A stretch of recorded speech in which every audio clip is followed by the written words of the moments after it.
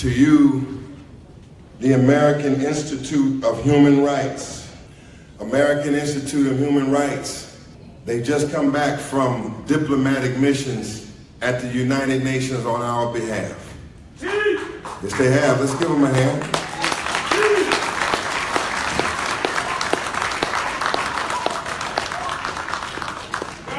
One of my mentors and teachers in the field of human rights and self-determination is attorney and Dr. Mustafa Ansari. That's right. He too is a product of the legacy of the Honorable Elijah Muhammad. That's right. He too, Mr. Ansari, is from that legacy. Mustafa Ansari, he too is from Malcolm's legacy.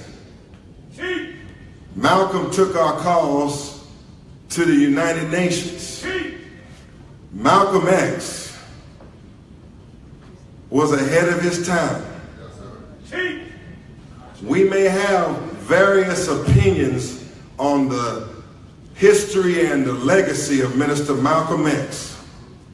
But one thing on this day that we can agree on is that when Malcolm X took our cause internationally, way back in 1964, that he was ahead of time. Yes, sir. Now in 2018, we have those that are carrying on those legacies.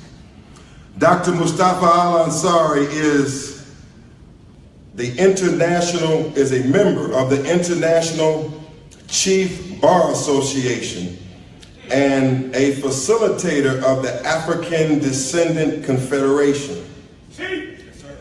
Sister Elena Porter is an educator and a certified human rights defender and a member of the American Institute of Human Rights. Listen carefully. A certified human rights defender. Well, what is a certified human rights defender?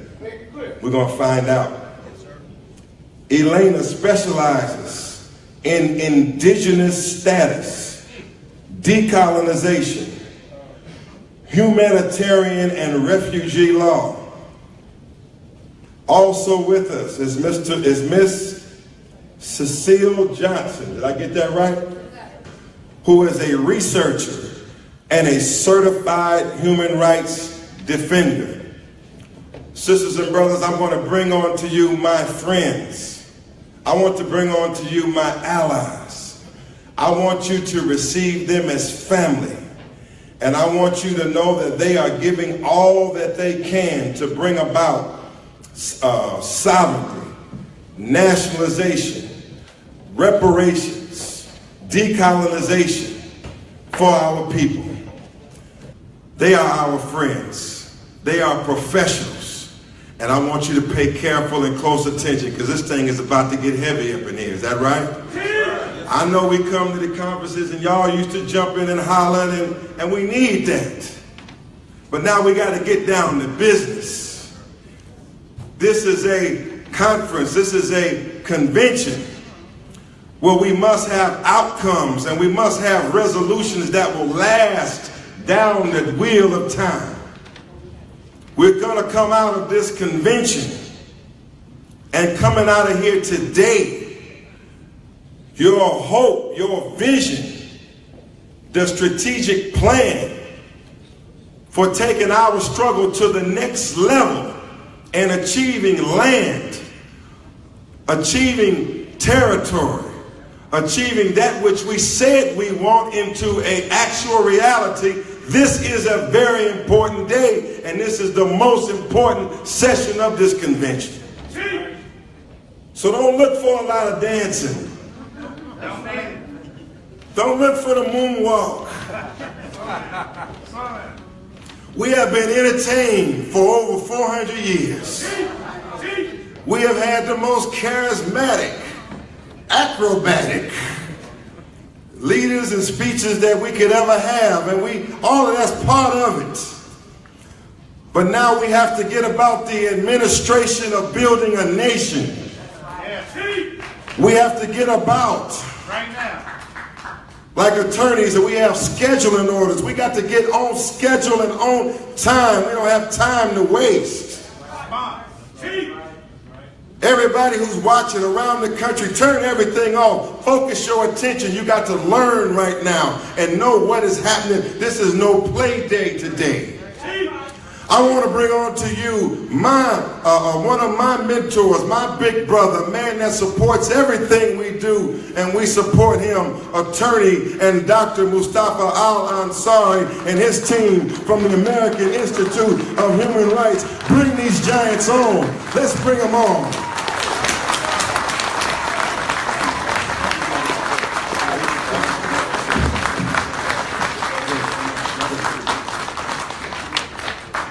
Greetings and peace to everyone. Halito, Abaragani, Shalom, Salam Alaikum. I'll explain later as to why I used all of that, all of those greetings, because we are multiple ethnic people. We look through the crowd, we have all hues, we have many nations and running through our veins. And we'll explain as we go along, because that's going to be a part of the solution called indigenous rights, which is a very heavy, absolute right to Aboriginal land. Again, my name is Dr. Mustafa Ansari. I'm the Chief Facilitator of the Confederated Nation Confederation. What we're doing is reconfiguring our relationship with the United States, and we have the absolute right, you've heard it, that we have the absolute right to self-determination. Let's be clear on that. We have the absolute right to self-determination. Now I'm going to tell you where it came from. It came from Almighty God. Each of you have free will. This is human rights. You have free will. This free will says that you have the right to determine your existence. You have the right to choose and re-choose your nationality. And I'm not just saying that this is UN law that's in Article 3 of the American Convention, and Article 27 of the UN Declaration. This is our absolute right. It comes from God. It's called a God-given right. These are our natural rights.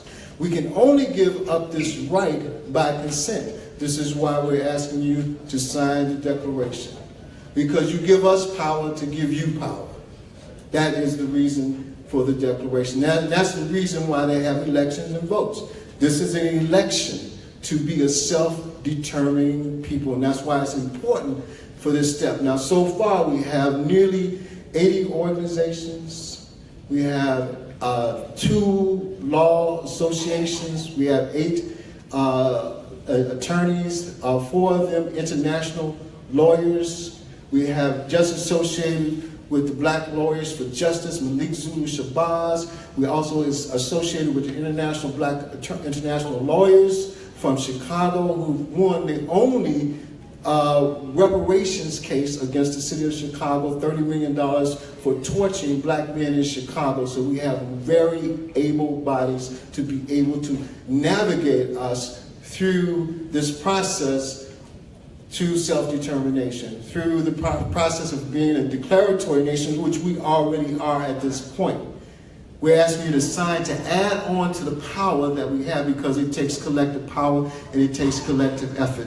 That's why I'm glad that Brother Salas Muhammad is in the house, because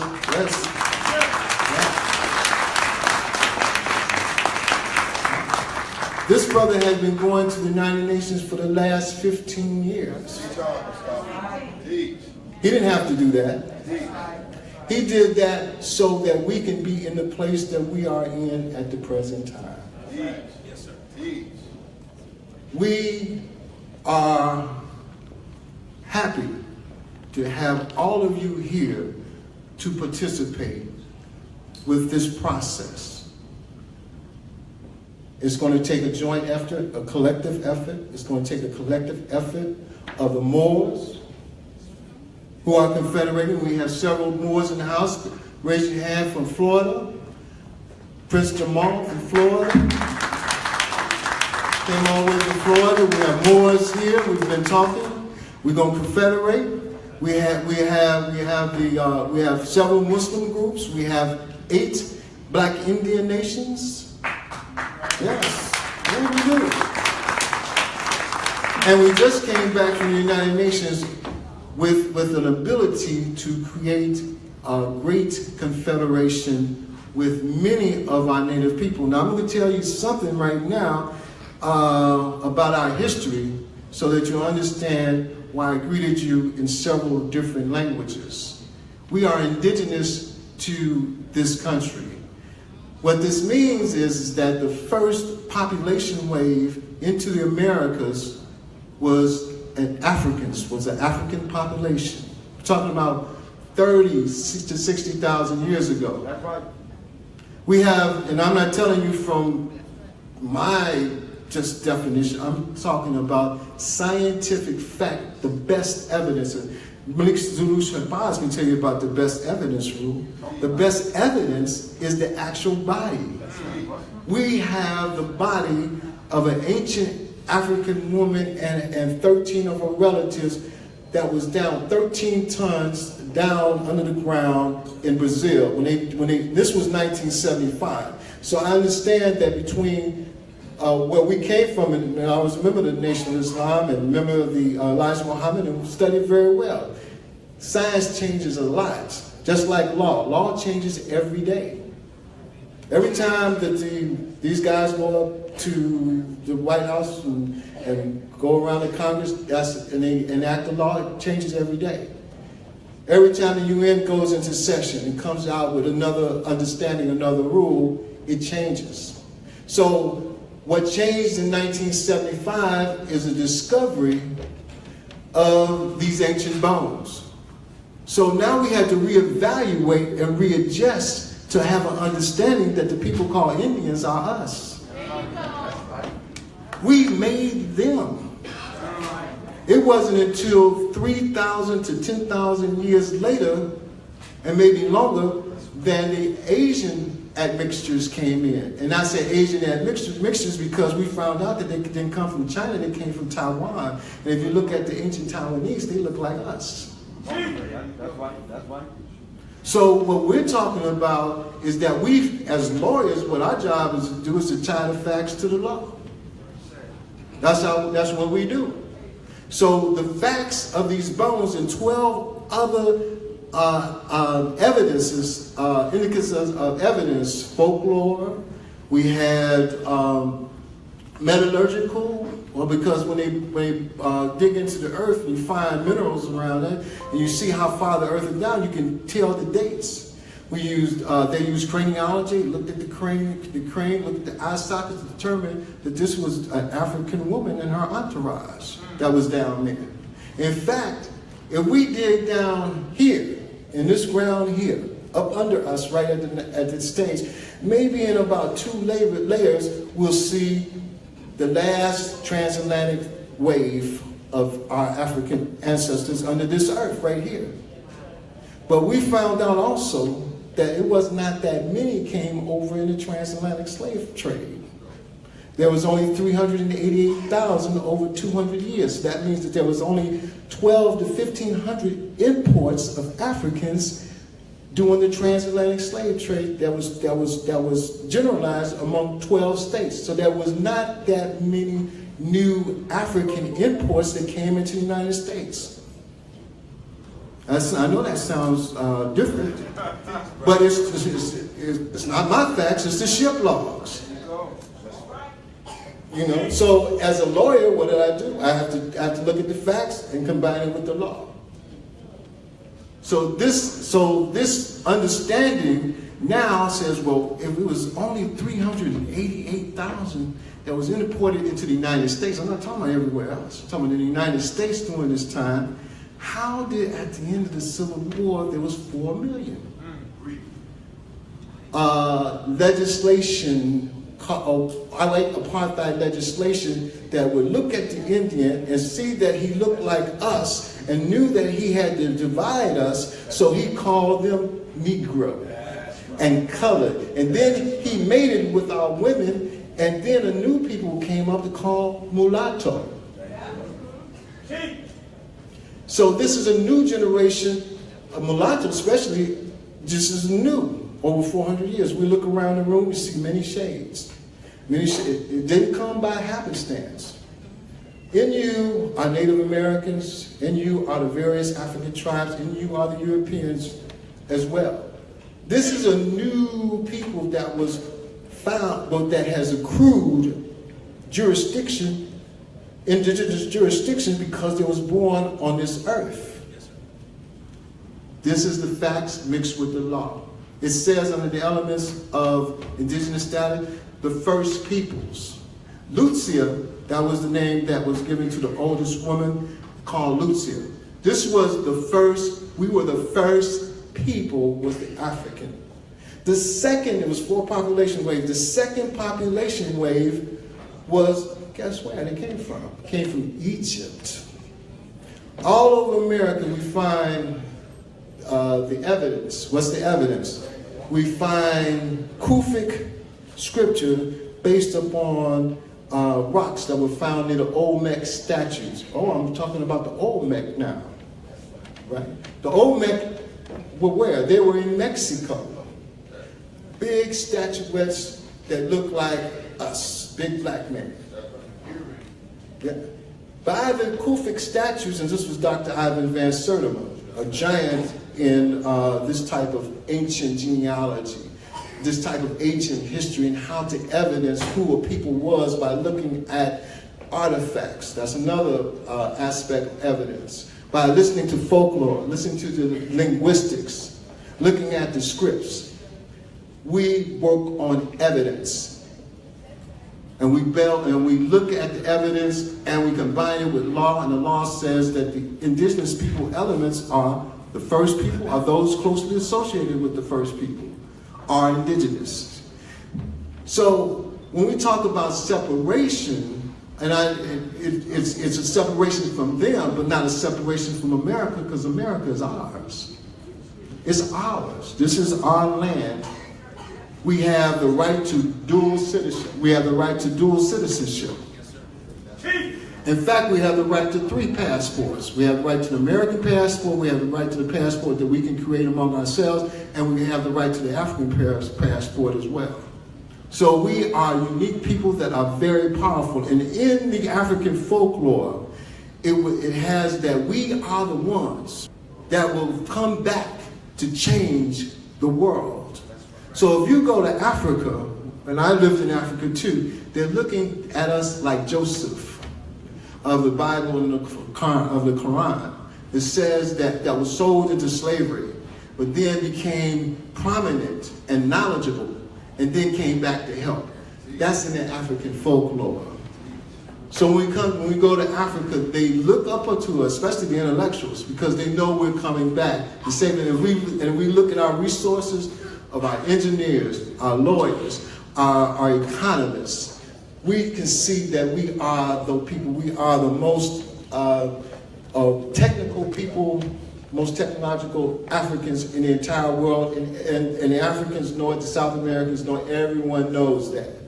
So what we're doing today is the fulfillment of destiny that's inevitable.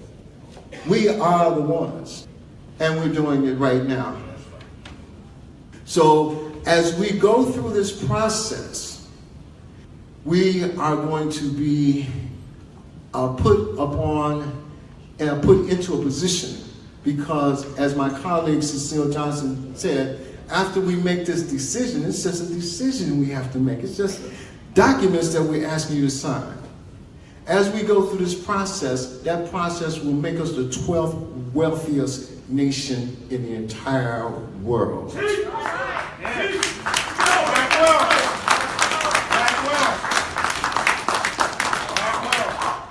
We may be poor individually, but collectively we're very wealthy. And so because of that, we have configured a strategy, a political strategy. One of my talents is that I'm a political strategist. We have configured a confederation that would include all of you and all of us that are on the stage, Moors, Muslims, Hebrewites, as long as you're an African descendant, you are part, or could be part of the confederation based upon your consent. That is power. So what we come is to give power. So we are now into exploring the United Nations development practices of self-determination to be able to get into this position. Next slide, please. The United Nations development assistant participants in this process will be our confederated government of Afro descendants, our African descendants, either one, same, synonymous. It would be the UN country team that would assist us in bringing the United States to the table, because these are three-party associations. So now we talk not superior to inferior, but government to government, man to man, woman to woman. We are equals. The three goals of the UNDAF is to solidify our indigenous status, which gives us unfettered right to land, because Aboriginal indigenous people will have a superior right to the land. Why? Because the colonialists are belligerent occupiers of our land. So we have the superior title to this land that we're on right now, that this White House sits on. This is our land. Yes. We have the right to it. And and this is what our negotiations and our reparative measures are going to come out of. This is the process of reparations called self-repair. When you sign on that you want the right to self-determination, you are self-repairing yourself for now and for generations to come. This is permanent. This is permanent. No going back. This is permanent. Our right to self-determination will include an economic development plan that will be developed by our sitting parliament, which is called parliamentary leadership, no more one-man leadership. This will be a parliamentary leadership, a very grown-up, modern way to do business, especially when we're talking about 42 million people. We need a lot of minds on this to find out and understand how to repair us from what my brother Silky Slam says so eloquently, from that kind of disaster to being able to sustain the position of the 12th wealthiest nation in the world, to go up that far, has to have a plan.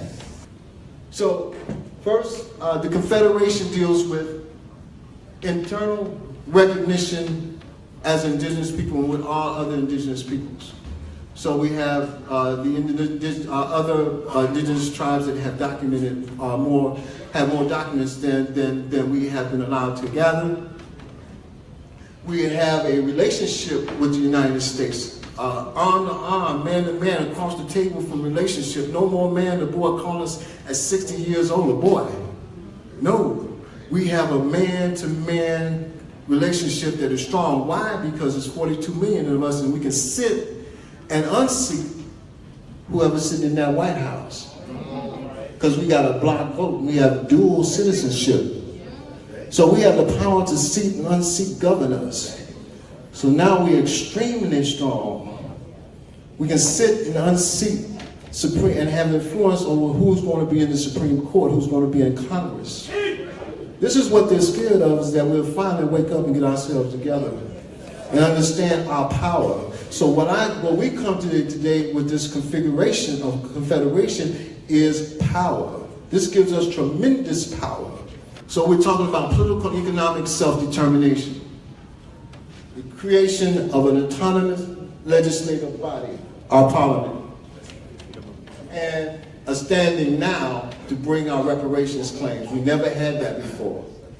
We never had, every time that anyone attempted to go to a court or to the United Nations, they said, well, who do you represent? How can you represent them? You don't have standing. Who gave you the authority to represent them? This paper that we're sending around gives us the authority or the standing to represent our entire Confederated nation. So now we can bring claims, something that has been barred to us because of our misunderstanding of how to do this. Next slide, please.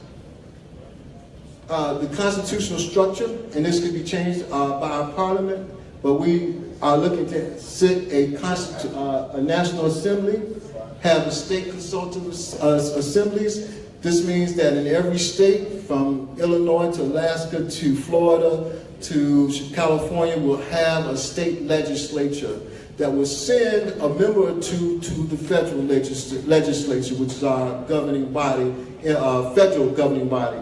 The states would govern themselves, and we would federally have federal authority on issues that we can rule on. We have a Supreme Court, we have to have a court. So we have a Court of Appeals, and we have various state courts. This was my teacher. This was a contemporary of the Honorable El-Hajj Malik Shabazz. This is Dr. Yusuf Clyde, the giant of international law that held the first international self-determination conference in the United Nations. He held it in Geneva. This is who taught us. We create autonomous boundaries. This is why the sister said take out your red pens, because we have to look and see what areas that we can control, which is the majority areas that we reside in. We can control them under the United States law as well as under international law. This is how it works. That's why we've been chunked down to being a minority, a simple minority, instead of being a collective people. Since simple minority people always lose. Why? Because this is a white majority state. So we're always going to lose in the configuration that we're in now. That's why we had to reconfigure it. This establishes our international power. And they would be, this body would be in charge of our administration of national trust fund and taxes. We would sit in assembly and deal with all of the areas that we need to deal with in our states, our educational funds to retrain our children, because our children right now are being mercilessly and genocidally destroyed. This is why they're so, because we haven't did this. That's why they're fatalistic, because they said the grown people didn't look out for us. Let us into a world where the white man can get to us. So they lost respect for us. This is how we get our children to lift up their pants. This is how we get our children to be good students. Because now they have something to strive for. Many of our children are fatalistic and suicidal because they don't have it, and they know that they don't have an environment to come in because we haven't created one for them. But that day is gone. We will now pick up our families, our children, our women, our elderly, our juveniles, and we will look after them like grown people should. We will be able to rehabilitate them. We set aside funds to rehabilitate them from what has occurred in these streets from Louisiana to Chicago to New York to Washington, D.C. We'll be able to rehabilitate them and make them dignified children now that will turn into dignified adults, that will lead a dignified life, that would be able to move this into the future. This piece right here is for our children. This is for them. This is for them and their children. This is permanent. And their children. We have turned the corner. This is what we have to deal with. Land reclamation. Reclaiming the land that is already ours. Rehabilitation, housing. We have to deal with housing because we have, many of us are living in so-called in their house. Now we have to reclaim those houses, we have to reclaim the land, and now we have to house all of our people. They're vulnerable. We have elderly that are homeless, we have children that are homeless, we have girls are out on the street petting so they can live in a hotel for one day. They become hooked on crack. It's a pitiful state that we have to dig into in order to build out of. And we have figured out that structure. And it's a confederation, which means a collective effort of collective power. We'll deal with the criminal justice system. We have many of us that are suffering, 1 million of us suffering in the prison. We would take control of our authority over them during the transition period. We would talk about power transfers, transferring them into our authority so we can revisit their cases, because many of them have been innocent.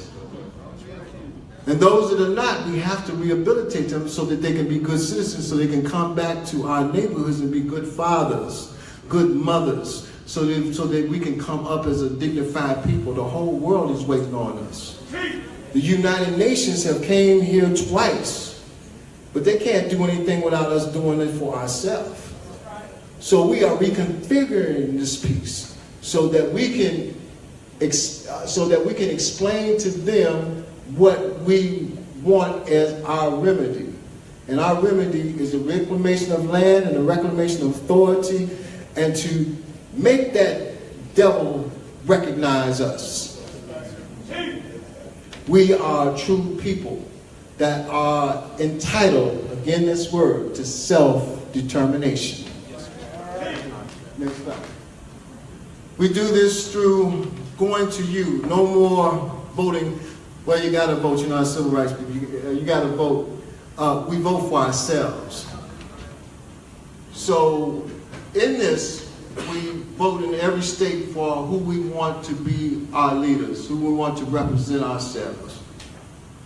And we have in each state of our confederation a way to look out and to negotiate who is going to be and what measures should be taken by our election. So we elect the people or the person in every city and state that you think can do the job. Then that person has the time to perform and make sure that he does the job, which is rehabilitation, education, transportation, health and welfare, to make sure, and police power, to make sure everything is operating properly. Next slide, please. Our economic development plan has to be sound. And this is what we are looking for, a sound economic plan. Afro-descendant sustainable development.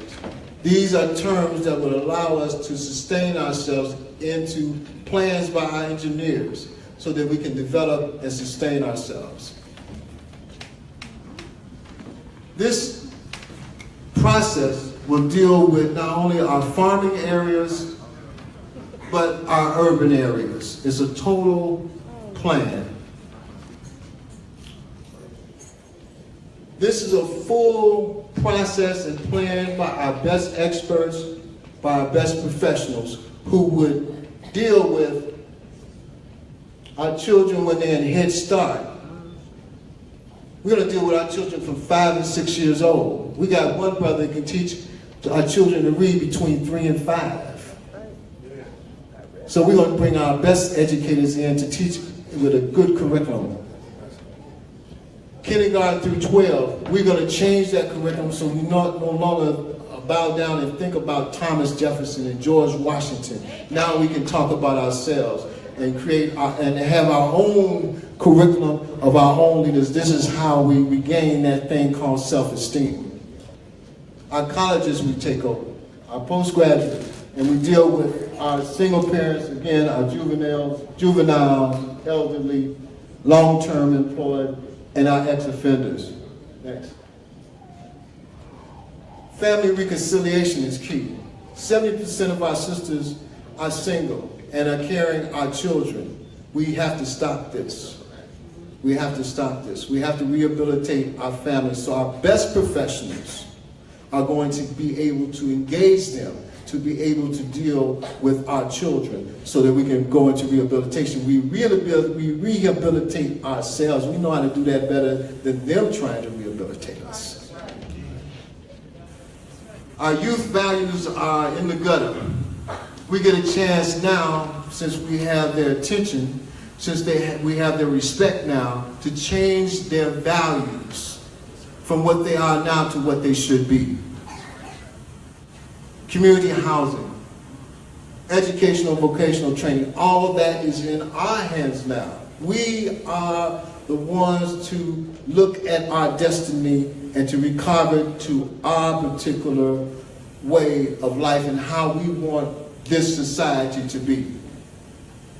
The establishment of high technology, we have a lot of scientists that can create energy from the sun, can store it in batteries that can outlast the current batteries that are on the market. We have them now, I know them personally, that can spray down roads with a hose that are permeable to sand and to water and last for 50 years. We have that technology with our scientists right now, our black scientists, our African descendant scientists right now.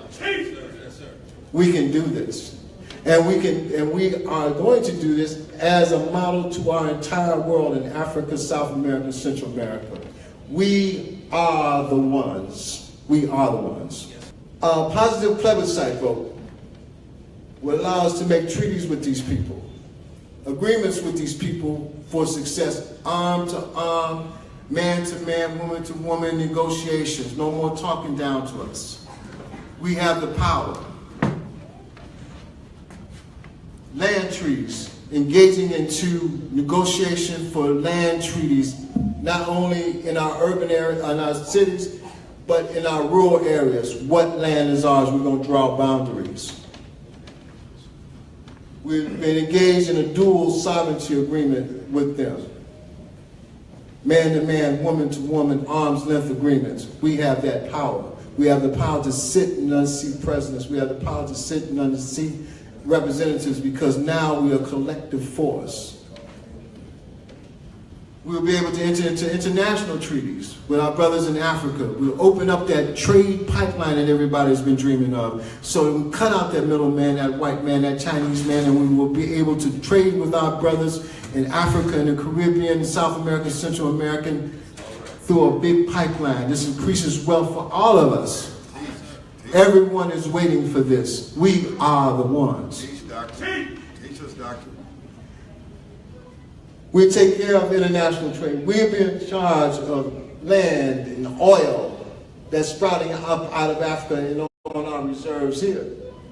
Diamonds. Our brothers have the best diamonds in the world in Africa, and they're selling it. I had a brother that was one of my colleagues. We was engaged in a little diamond trade in Sierra Leone. We said, well, ask them about diamonds. They brought paper bags full of diamonds to him in his hotel room. We have diamonds that you don't have to dig for. They're on top of the ground. We that rich. But they're selling it to the white man and to the Jew man for little or nothing because they don't have a way to come to the direct market. That time is coming to an end. Absolutely. Control over the real estate. No longer leasing from that Jew man, no longer leasing from that white man. We have the real estate. We control that. That's the power that we have. That is called the implementation of self-determination. That's right. Next time. Almost through here. So if you say yes to declaring a self-determination, you give us the power to do this. You give us the power, we give you back the power to do this, to change things, to reconfigure this, to go around that man and go directly to all the other nations in the world. It may be 50 nations that are European, but that means that there's 143 that are not, that we know will vote for us. We have a clear win. We have no problem with winning. We just haven't been able to get up to the courthouse, to the rostrum, because we didn't have standing. But now we will have standing. Next. We would have the ability to use the General Assembly in the United Nations and courts to pursue any kind of impediments or any bars from the United States if they try to say no to us. That's not a final no anymore. The buck doesn't stop at the Supreme Court anymore. That is out. We go straight to the United Nations, which is a new court, and most of them look like us. Yes, sir. So no more foolishness. This is why they're against the United Nations. Oh, the United Nations can't do it. Because they know that they lose there. They may win here in that house, in that White House, but they don't lose in the United Nations. We can do that. We have our brothers in African, Asian, Islamic countries there who are waiting to vote for us. The UN Working Group Geneva is waiting to intercede in our behalf. We need standing. Give us standing. Yes, sir. We will give you the power. We will change what we are doing now into what we could be, which is a 12th wealthiest nation in the world and be a dignified people. Give us that power.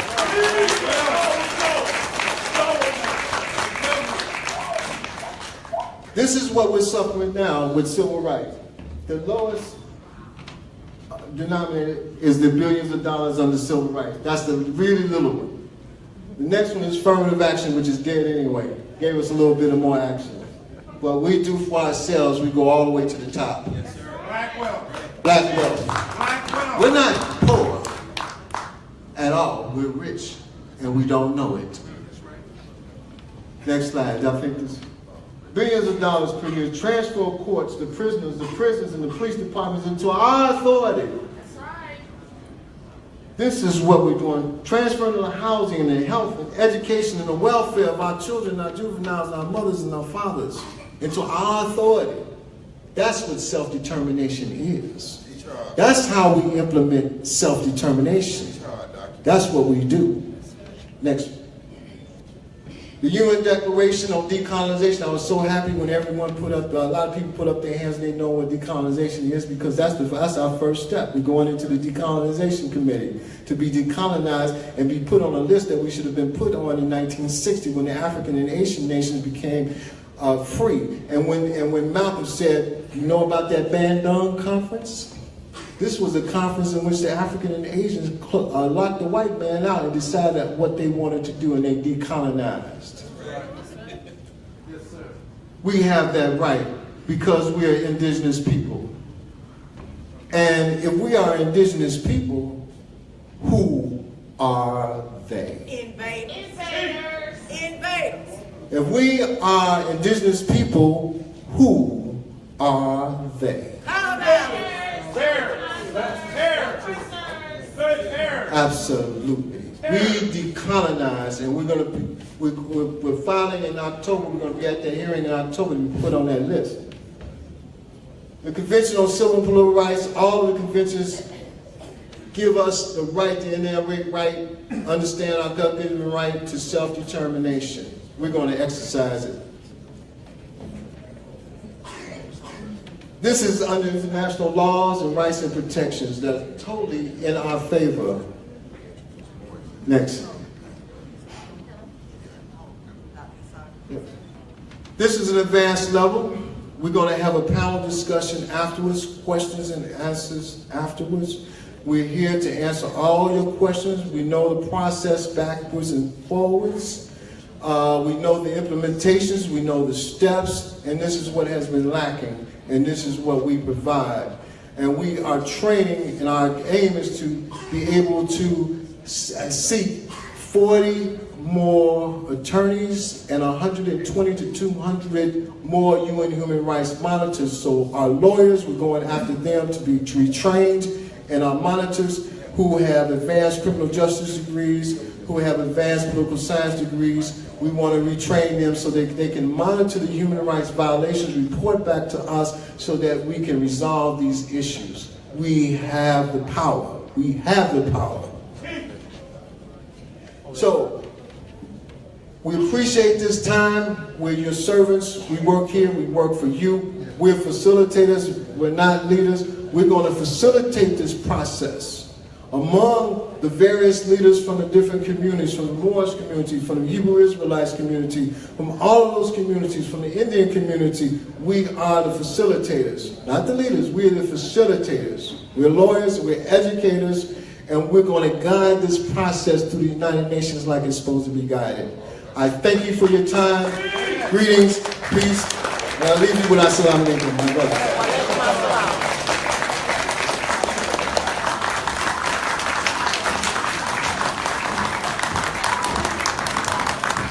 Get on your feet and give them a round of applause.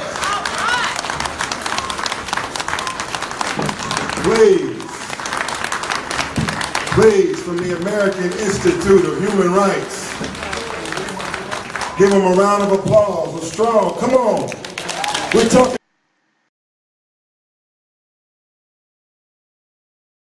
If you like what you've heard, here are 5 things you can do to get involved and speed up our process for self-determination. Please sign up today. Your signature will help change our destiny. Declare your consent for self-determination and request for decolonization. Email a picture or PDF of your signed form to adselfdetermination@protonmail.com.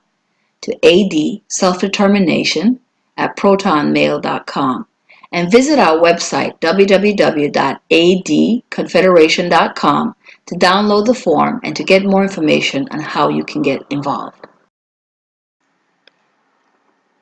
Get educated.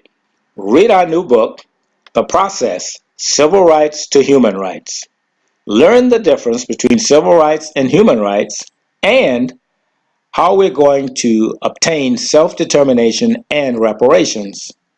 To order your copy, please visit adconfederation.com. Learn how to become a certified human rights monitor. A human rights monitor is an international law investigator who investigates and reports human rights violations by preparing and sending reports to the national and international courts, to lawyers, to state legislators, and international bodies. The UN Human Rights Compliance Officer gets a certificate in the International Standards of Policing. The UN Human Rights Monitor is trained in self-determination, democracy, and indigenous peoples' rights. Classes start June 18, 2018. For more information, visit www.AIHrights.com. www.AIHrights.com. Okay, folks, it's nation time. If you like what you've heard, donate now. We have formed a real nation under international law. Your donations will help to get reparations for real. It will help implement emergency precautionary measures against police brutality. It will help gain control over our schools, provide urgent legal assistance, and aid the preparation and presentation of our legal case to the UN and international courts. Support your liberation. Donate at www.adconfederation.com. Invite us out to speak. Popular topics include building power through the process of self-determination and reparations, civil rights versus human rights, addressing issues of public safety and social justice, the state of Black America, creating local political authority, county, city, and state, and new strategies for community engagement. Please feel free to contact us at adselfdetermination@protonmail.com.